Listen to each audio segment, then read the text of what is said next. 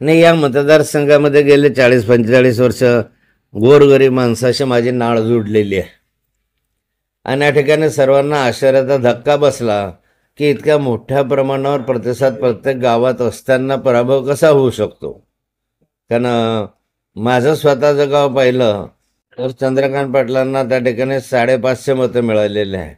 माझ्या उभ्या आयुष्यात कोणत्याही निवडणुकीत, जिल्हा परिषद असो, पंचायत समिती असो, का विधानसभा असो, का लोकसभा असो, माझ्या गावामध्ये एवढं मतदान कधीही विरोधी पक्षाला झालेलं नाही. हे पहिल्यांदाच मी अनुभवतो. शंका यायला जागा आहे, पण अशा अनेक शंका वेगवेगळ्या ठिकाणी घेतल्या जातात, वेगवेगळ्या ठिकाणी येतात. कार्यकर्ते त्याच्या संदर्भामध्ये आश्चर्यचकित झाले की असं कसं होऊ शकतं.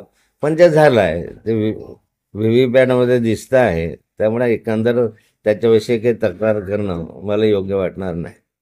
आता उघडलेला काय बोलणार? नाही, जळगाव जिल्ह्यामध्ये महाविकास आघाडीला फारसं यश मिळालं नाही. महायुतीला या ठिकाणी यश मिळालं, पण त्याच्या कारणं मगाशी मी सांगितले तसे असू शकतात.